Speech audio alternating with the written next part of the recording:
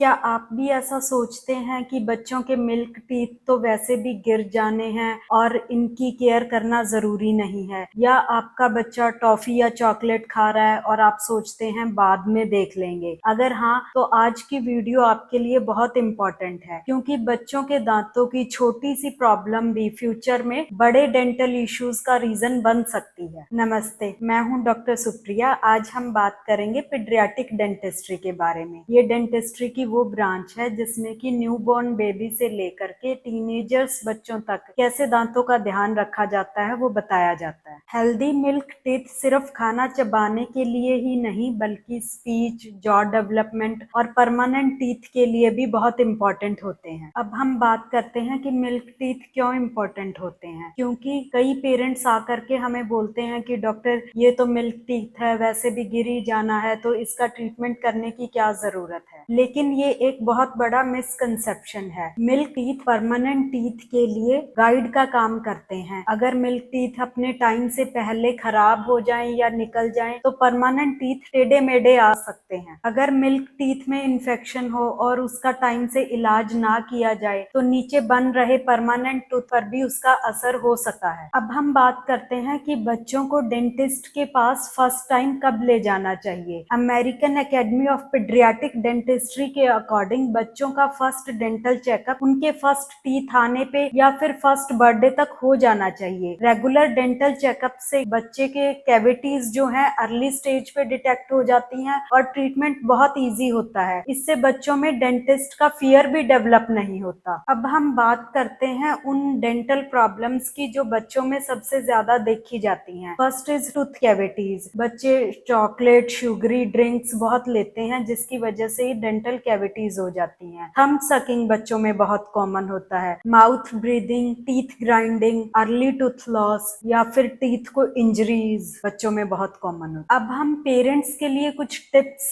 देना चाहेंगे। अगर आप चाहते हैं कि आपके बच्चों के दांत हेल्दी हों तो ये हैबिट्स जरूर फॉलो कराएं। दिन में 2 बार ब्रश करवाएं बच्चों को। अगर आपका बच्चा 5 इयर्स से कम है तो उसको ब्रशिंग में हेल्प करें। चॉकलेट्स और शुगरी ड्रिंक्स लिमिट करें और हर 6 मंथ्स के बाद एक डेंटल चेकअप जरूर करवाएं। अगर आपका बच्चा स्पोर्ट्स खेलता है तो माउथ गार्ड जरूर यूज कराएं। अब बात करते हैं कुछ कॉमन मिथ्स की जो लोगों में होते हैं मिल्क टीथ को लेकर के। फर्स्ट इज कि ये तो मिल्क टीथ है, इसके ट्रीटमेंट की जरूरत नहीं है। ऐसा बिल्कुल नहीं है। मिल्क टीथ परमानेंट टीथ के लिए बहुत इंपॉर्टेंट होता है। सेकेंड इज कि बच्चे को कोई पेन नहीं है तो डेंटिस्ट के पास जाने की जरूरत नहीं है। ऐसा बिल्कुल नहीं है। अगर आपके बच्चे को पेन नहीं है पर कुछ कैविटीज बिना पेन के भी बढ़ती हैं और वो जल्दी पकड़ आ जाती हैं, अगर आप डेंटिस्ट के पास जाते हो तो उसका इजी ट्रीटमेंट हो जाता है। याद रखिए, हेल्दी स्माइल की शुरुआत बचपन से ही होती है। अगर आप अपने बच्चों के दांतों को हेल्दी रखना चाहते हैं तो रेगुलर डेंटल चेकअप को बिल्कुल भी इग्नोर ना करें। अगर आपके बच्चे को दांतों की कोई भी प्रॉब्लम है, कैविटीज या फिर थंब सकिंग, कुछ भी प्रॉब्लम है तो आप प्लीज हमारे हॉस्पिटल अपने बच्चे को लेकर के कंसल्टेशन के लिए आएं।